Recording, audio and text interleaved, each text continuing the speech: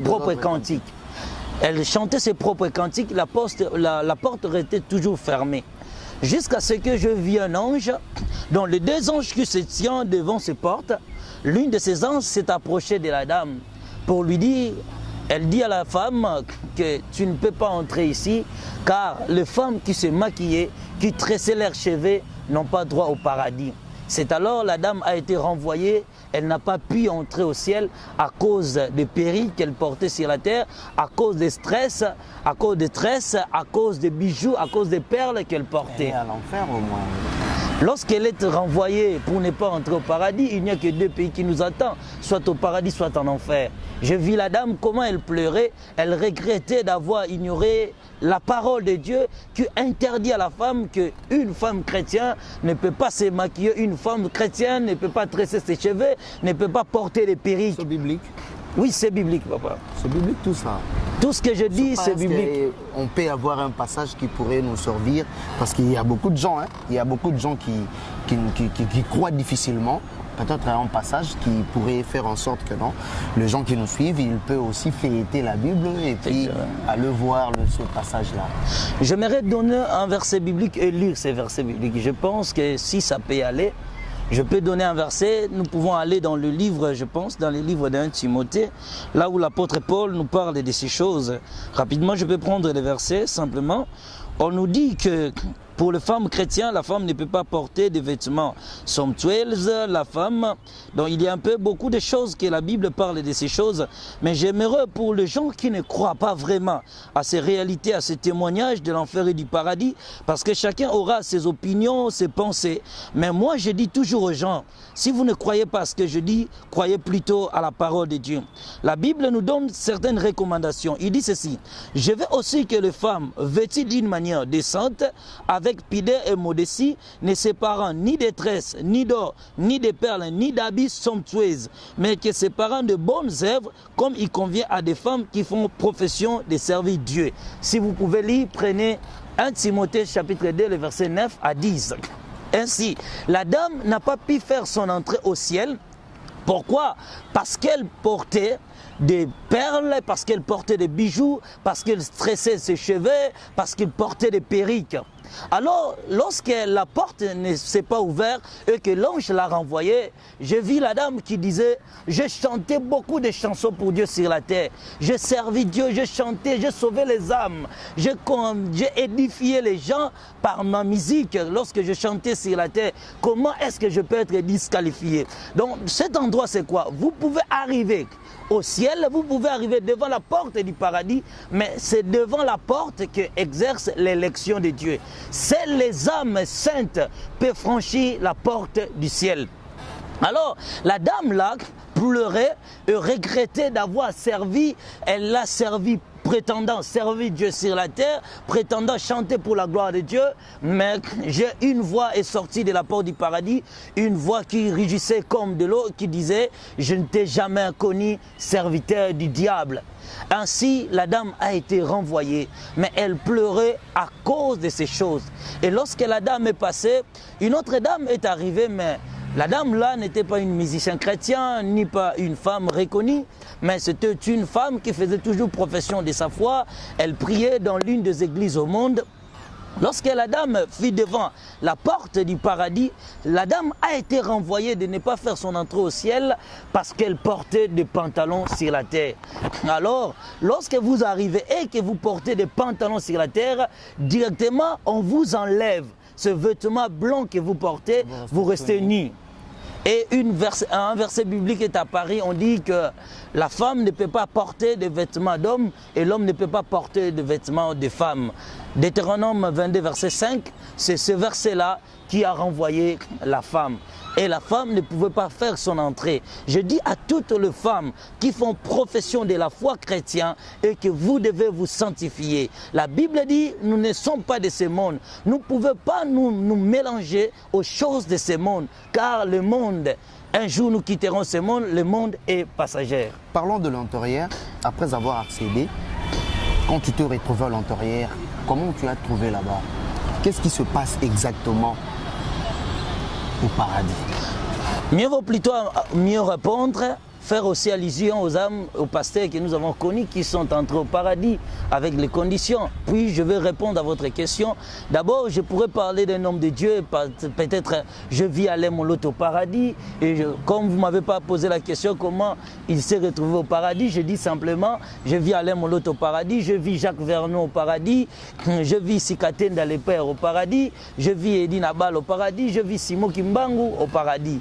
Mais Ebalembongue, le reste des gens, des Diangenda ont été renvoyés pour ne pas entrer. Fait révolter le réveil là, il s'appelle encore comment Edine Abal. Je vis Edine Abal au paradis.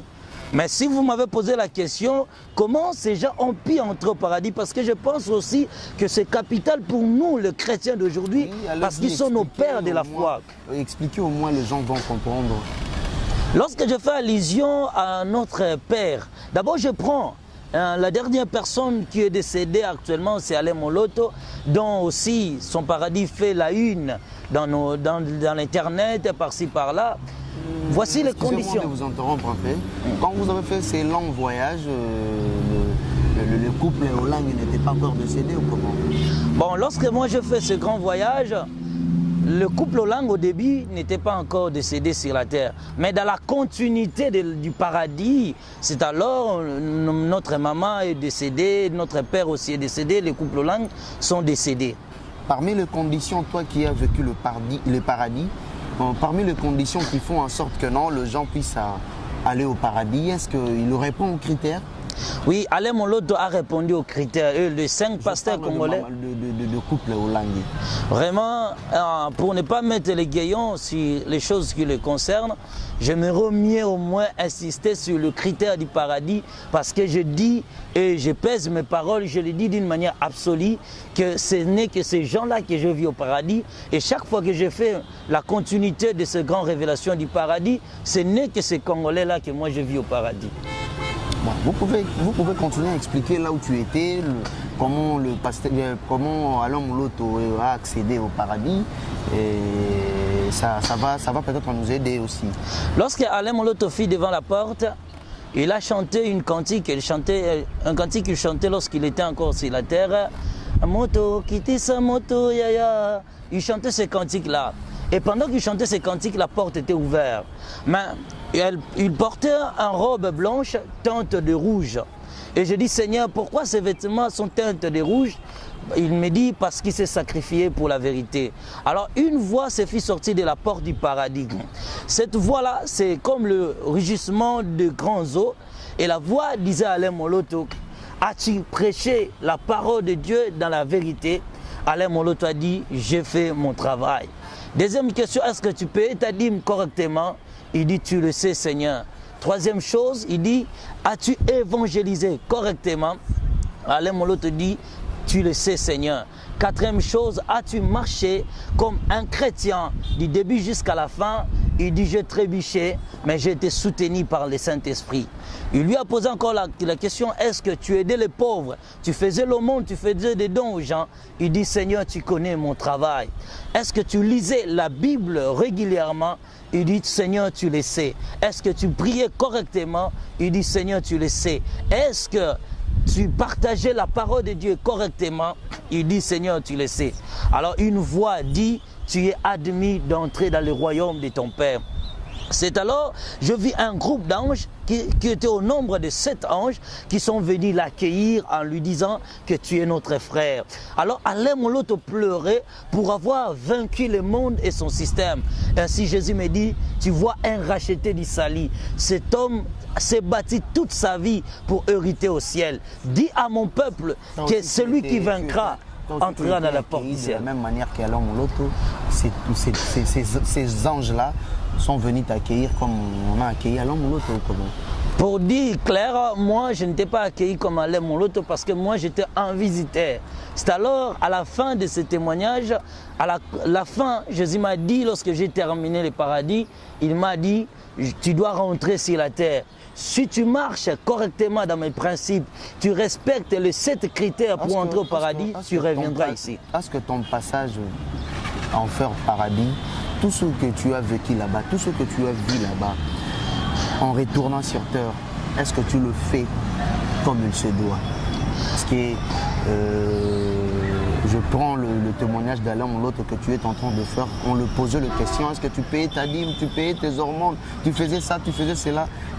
Il a bien répondu à son Seigneur que non, Seigneur, tu le sais, je le faisais comment. Et toi-même, l'expérience que tu as vécue là-bas, est-ce que tu le fais sur terre? Je suis retourné sur la terre pour se battre. Car depuis le temps de Jean-Baptiste et jusqu'à aujourd'hui, les royaumes de Dieu forcés, ce sont les violents qui s'en emparent. Jésus m'a dit, tu dois vaincre le monde pour hériter le paradis. Et je suis retourné sur la terre que pour travailler, pour vaincre le monde et tous ces systèmes. Et Jésus m'a dit, même si tu as vu l'enfer et le paradis, si tu ne marches pas correctement sur les choses que je t'ai révélées, tu ne reviendras pas ici au paradis. Ça ne te cause pas de problème avec les autres hommes de Dieu, ces témoignages que tu fais par rapport à la façon dont tu vois les choses? C'est différent avec les autres hommes de Dieu, ça ne te cause pas de problème? Le problème, c'est de sauver les âmes, même si les gens ne te comprennent pas. Mon problème actuel est que je suis mal compris aux gens pour ce témoignage. Mais peu importe, comme dit la sagesse, même si les gens ne te comprennent pas, il faut toujours dire la vérité. L'objectif d'un frère, c'est de sauver ses frères. Je n'ai jamais témoigné pour critiquer les gens, je n'ai jamais témoigné pour critiquer les églises, mais j'ai témoigné pour sauver mes frères qui ont connu Jésus-Christ, parce que pour entrer au ciel, il ne faut que croire en Jésus-Christ. Ceux qui n'ont pas cru en Jésus-Christ n'ont pas accès au paradis. Mais si tu as cru à Jésus-Christ, il y a aussi d'autres critères à remplir. Donc je ne m'inquiète pas pour des critiques, des polémiques que j'attends par-ci par-là, même à la télévision pour ce témoignage. Ben moi, ce qui compte, c'est de sauver mes frères qui sont encore dans l'ignorance. Oui, de sauver tes frères qui sont encore à l'ignorance. Vraiment, ça a été bien dit. Mais moi, j'aimerais savoir, qu'est-ce que tu as retenu de particulier au paradis, que ton message se focalise là-dessus? Qu'est-ce que tu as retenu de particulier, hein? Voilà, quand vous arrivez dans un pays mystère qui est rempli de bonnes choses, il y a des choses parfois on n'arrive pas à maîtriser parce que tout ce que vous pouvez admirer est complexe.